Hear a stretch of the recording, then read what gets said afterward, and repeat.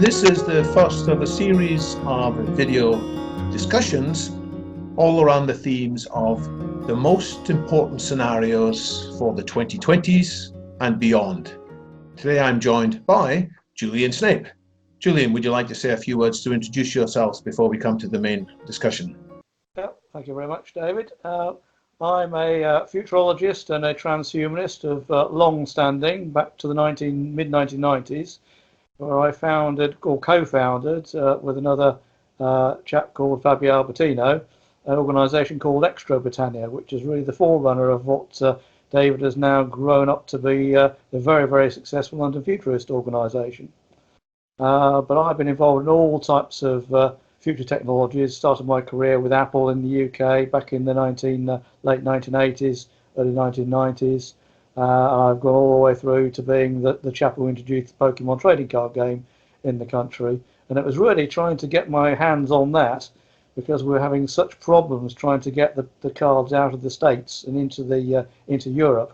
I threw up my hands one day and said, well, what we need now is some sort of teleport system like they have in Star Trek. And I jokingly typed it in to Google in the early days. It might not even been Google, it might have been actually Yahoo in those days, in the mid to late 1990s, and it came up with a few mentions of it for real. And one of those was mentioned on something called the Extropy list, which I discovered was this group of people chatting about extraordinary new futures. That's where I discovered Fabio Albertino was chatting away, and then he was in London as well. And we were chatting away with people like Max Moore and Natasha Vita-Moore, and people who are very much into it. It was all United States based at the time, but there were a few people in the UK and across Europe chatting about it. And we thought, oh, we'd have a meet-up in London, since Fabio was near to where I was living at the time. So we met up in the first time in the cafe off Piccadilly Square of Waterstone's Cafe. And two of us met, and a couple of other people came along to the next meeting, and it just grew and grew until we outgrew the cafe there. We're looking for somewhere larger, and a bit further down the road in Holborn was Pendrell's Oak, a Wetherspoons pub which served good food. So we started to meet in there, and that grew and grew and grew, and we discovered Conway Hall was across the road.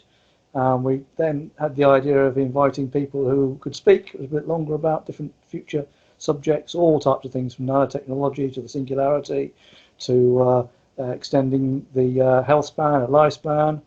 And we managed to fill Conway Hall up to, well, not fill the whole hall, but fill a meeting room there quite nicely. I think that's when you got involved, David, at that time. And then I got my job changed, and I moved back up to rural Norfolk, away from busy London, up to Norfolk. So you're no longer living in a big city, you're living in the rural countryside, which is one thing I particularly wanted to tap your brains about today. I wanted to ask about the future of the countryside, the future of the rural areas, because I know it's something that's of particular interest to you, not just personally, but on account of projects you're involved with. So is the future for the countryside a bit downbeat and dreary? Is it almost inevitable that all the people, all the budget, all the excitement is going to move to what people call smart cities? Or do you see things differently?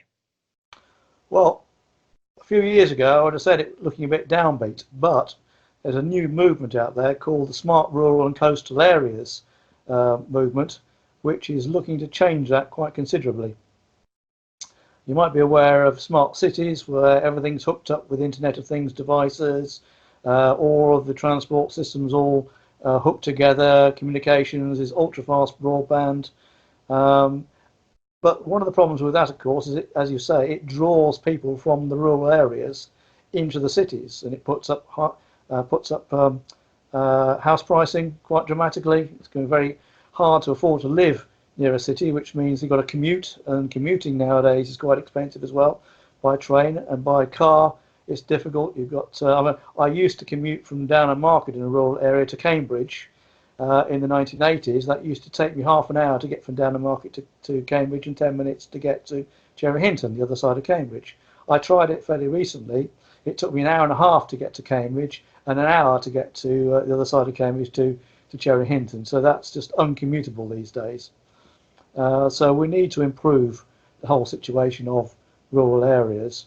So I've been involved in several organisations starting about 5 years ago, trying to get funding, trying to work on ways of creating a draw which will draw people the other way. In our area, in Downham Market, which is north of Cambridge, just to the north of Ely, in fact, we're getting an increasing number of people trying to commute to Cambridge from Downham Market, but then saying, oh, we like this area. If we actually had industries in this area of the same high-tech level they've got in Cambridge, we wouldn't need to commute. So we said, okay, well, what's stopping people actually moving their industry into a small rural market town like Downham Market?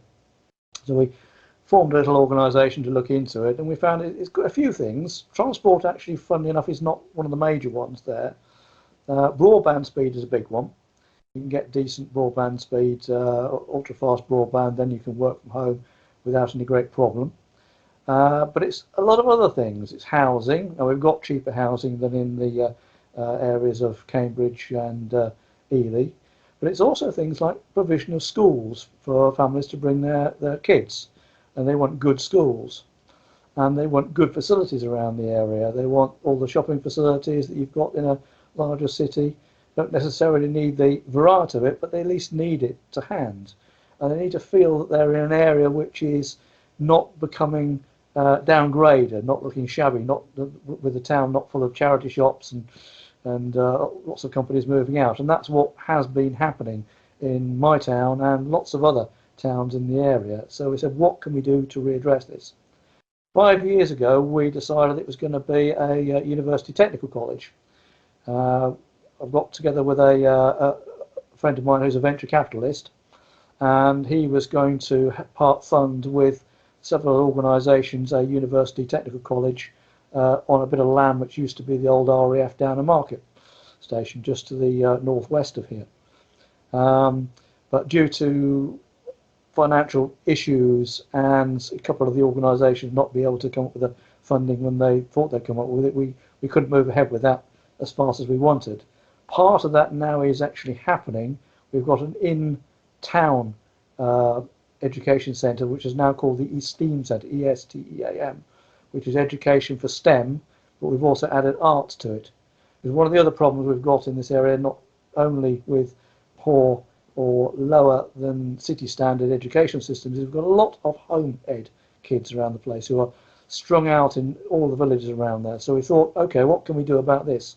So we're putting in this centre, which we're going to upgrade with the latest technology for video conferencing, hopefully VR conferencing as well, to bring kids from home education in, to teach them about high tech. We're doing robotics, we're doing AI, we're doing all types of future type of technologies with them as well. And also for the smaller rural schools around, to bring the kids in there to get access, hands-on access to things like 3D printing, robots, all sorts of things that they probably can't get hold of in the smaller schools. There are 1 or 2 schools around the area which are quite up to date and they do have access to that, but that's few and far between. So we're looking at providing a centre for the area, for the rural area, to bring that in. And we're going to be funding that through a community benefit society that's now been formed called the Clack Close 100, which is based on the old Doomsday area of our rural area. And for that, we are hoping to get hold of fairly soon areas of land where we're going to grow paloma trees, bizarrely, which is a very fast-growing tree, but very high calorific value. And that then can be used to fuel biofuel converters, so we can actually start running local villages and local towns from local energy sources. And that's all hooking into a local energy grid. Sounds like you've got quite a few projects there, but in each case they are limited by funds. Am I hearing that right? Yes. Although maybe with the right use of technology, things needn't be as expensive as once upon a time people would have expected. That's right. Yes, exactly, David. One case in point is what I was at a meeting last week about in the Esteem Centre, was our local county council, Norfolk County Council, is pioneering a LoRa WAN, which is a long range, low energy wireless network that hooks into the internet. It uses the same frequencies that the old television, analog television system used to use. It's good for transmitting data, not so good for streaming high quality things and that, but it's great for the Internet of Things. And they're pioneering the production of devices at very low cost, looking about between 100 quid for a device that can go into all types of areas for measuring things. One of them will go into a road which measures the temperature of the road, the weight of vehicles on the road, the speed of vehicles. We get lots of problems with heavy vehicles, tractors, lorries breaking up roads that they shouldn't be on, vehicles speeding through villages, roads being destroyed by really cold winters when they can't get out and grit it quickly enough. But using an Internet of Things LoRa live system, they can actually have continuous feed of live data in there. It also then goes for another problem we've got, since we have had an exodus of young people to the cities.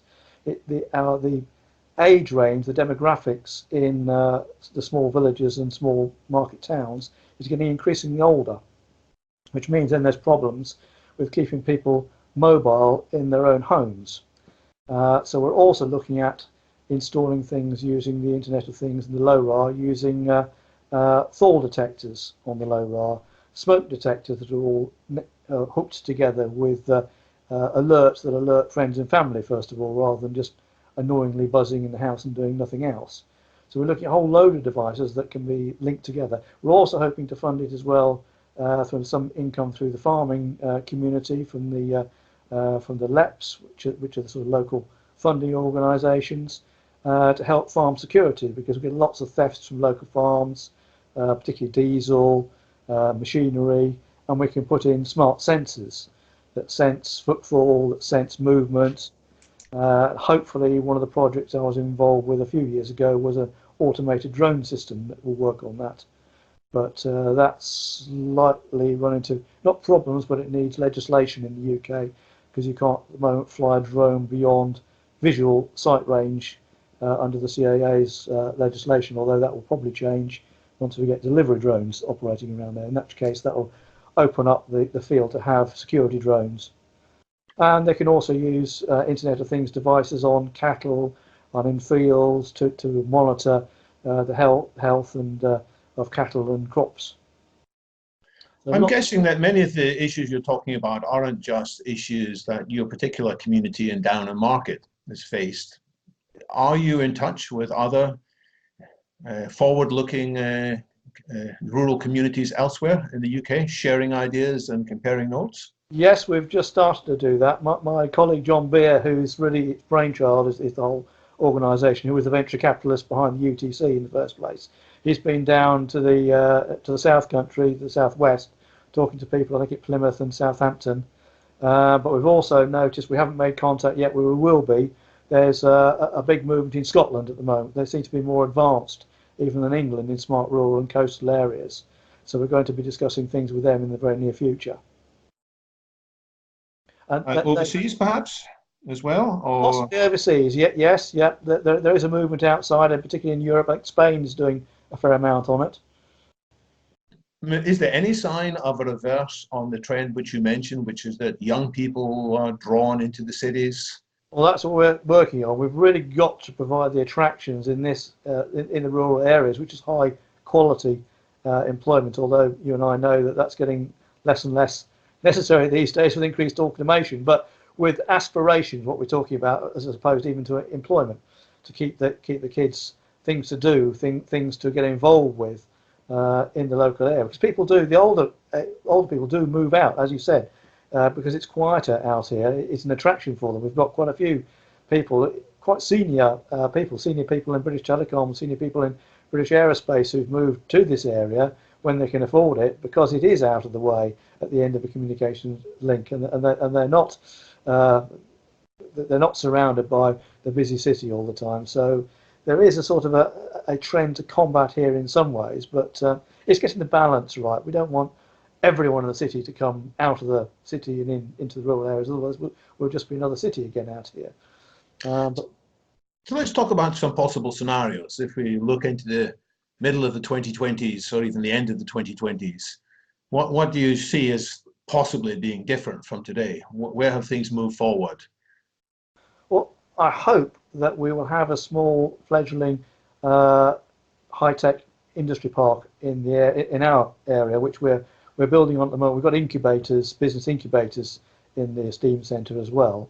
We're trying to be selective on the type of business we want to bring in. We want to bring in artificial intelligence organisations, big data companies, not necessarily the big guys. We want small startups as well. They've got really good ideas. We want to be able to fund them with the proviso that they will stay in the area and not just move away as soon as they've developed their systems. So we're going to work out some funding, so that'll be the case. But we do have incoming source of funds and interest from some quite largest companies. We've got Arm, the chip manufacturer, who's now backing us.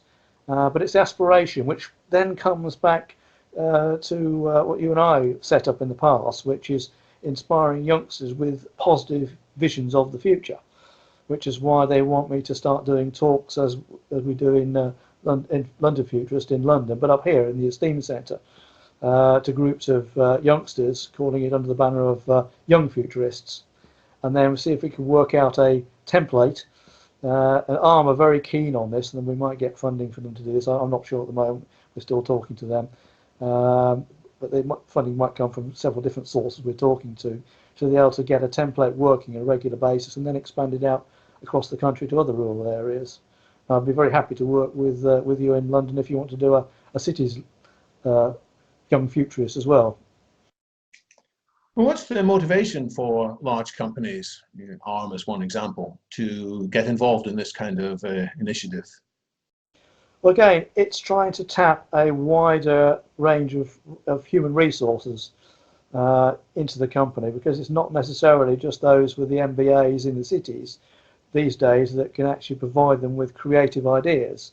And it's becoming increasingly apparent that you don't just need high level of intelligence to or a level of intelligence to help create the high-tech future. You actually need a good degree of creativity.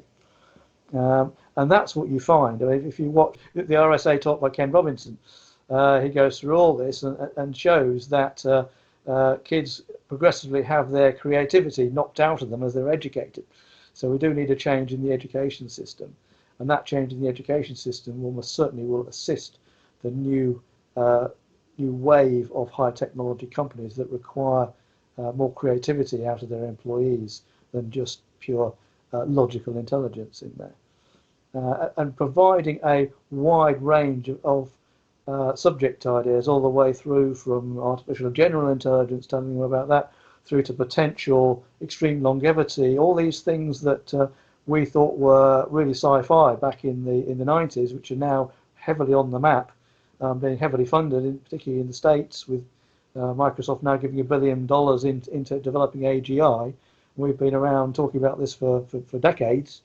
That's now out there. So we want to be able to get the kids into this, and not just the kids, we also want the older people as well, because one of the things that's happening today, Tesco is saying they're laying off a huge number of checkout staff, and you're not going to be able to train those straight away to become coders or AI developers, but you can enthuse them, you can show them what's out there. And I think if you're enthused with something, you can actually learn a lot faster than if you're saying, oh, we're going to have to do this because that's what everyone's telling us. A couple more questions, then we'll wind up. And I was very interested in what you're saying about possible new approaches to education. And earlier you did say that in some of the areas that you're aware of, there's quite a high prevalence of homeschooled children. Do you think that out of some of this network of homeschooled children, if they're assisted by some of the facilities you're talking about setting up, that we could have maybe a leapfrog in some of the performance of education? After all, many of the most interesting disruptions usually happen outside of the traditional institutions, which are constrained to keep on doing things they've always been doing them, whereas outsiders have some advantages of being able to embrace novelty more quickly. Yes, David, that's exactly what we're hoping for. We're already seeing small signs of that. My friend of mine who's working with me in my company has got two children that she's brought up outside of the school system. And the youngest one there is particularly intelligent and in areas that you don't see in the normal school system. She's thinking, her thinking patterns are really wide ranging and bringing all sorts of ideas in, and she's not afraid of the technology either. She doesn't just get stuck behind playing computer games all the time. She actually thinks things through and say, "Ah, if this, then that. If this, then that." We had a long conversation the other day about Schrodinger's cat and the indeterminacy principle, and she, at that time she was only 11 years old. So, I think yes, enabling kids to think outside the box and showing them a vision of a very compelling, more utopian future than a dystopian future that we get on in the cinemas might be a very good starting point to be able to get them to things forward. And in fact, I'm working with Rotary as well. I'm a local Rotarian, and we're having in November, which we started a couple of years ago, what's called a local technology tournament, where we get teams of kids from different schools around the area to come into our local town hall, and they are presented with a technology task that they've got half a day to do something, to fix something. Either they've got to move something, make something fly, whatever, where they're provided with lots of pieces of equipment and so forth, and they've got advisors around there who they can take advice from, but it's really up to them to try and invent. A bit like the Great Egg Race, if you remember Professor Heinz Wolf in the day, who provided you an egg, and the kids had to do something with it to get it to fly or jump a distance or whatever without breaking. That sort of idea. And this is becoming very popular now, and we're being asked to expand it to local schools as well. Let's try one exercise in futurism again. What do you think we might be discussing in 10 years' time if we have this discussion again and we look back and say, well, we should have seen such and such a thing coming. It was sort of obvious at the time, but we didn't think about it enough. Either something good and positive or possibly something frightening and scary. I'll do one of each in that case, if you don't mind. I'll do the good one, where I think we'll probably go down the route that Elon Musk is now saying with his Neuralink, that we'll be able to have more upload parts of our mind, put some of our memory outside of our physical meat brains to increase our storage capacity, not necessarily intelligence, but storage capacity, local storage capacity for facts and information that we can then use. On a bad side of it, again, as you know, I'm heavily into the universal basic income side of things, or unconditional basic income.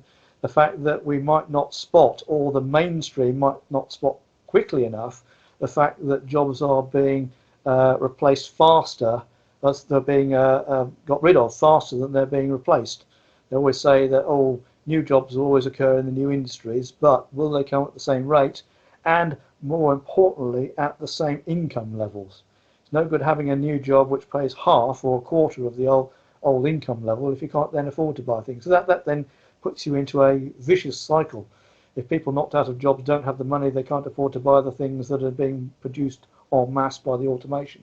So if we're not careful, we might have a vicious cycle, and that could lead to disruption, and it has done in the past. You look at the Luddites in the mills in the cities back then, and the agricultural Luddites from the area I came from. And my area, Norfolk, is famed for one of the original people who came up with the idea of basic income. Thomas Paine came up with the idea of paying agricultural labourers who were laid off from their jobs because of the enclosure to give them a regular yearly stipend, so they could then spend and buy the things that were being produced en masse by the new seed drills and the new agricultural machinery. So it has been foreseen. Well, both these topics are so interesting that we need to schedule time to look at them. The potential ways in which brain-computer interfaces and other smart digital assistants might accelerate advances in human capability. We should talk about that at some stage, and we should definitely come to looking at the pros and cons of different scenarios for universal basic income. So let's come back to these topics in other conferences. Finally, Julian, if people who are listening are interested in what you've said and they want to get in touch to discuss ideas or possible cooperation, what's the best way for them to do that? Probably by email in the first instance. We're just getting our website up and running. We've now got a Facebook page which is just getting up and running. You can email me at Julian, Julian, .snape, SNAPE, as in Harry Potter Snape, at gmail.com. And I'll be happy to share what we're doing, or also via our Transhumanist Party site as well. We'll include some of these references in the show notes. Yeah. Julian Snape, thanks very much. Look forward to more discussions on the most important scenarios for the 2020s and beyond with London Futurists. Thank you. Thank you very much, David.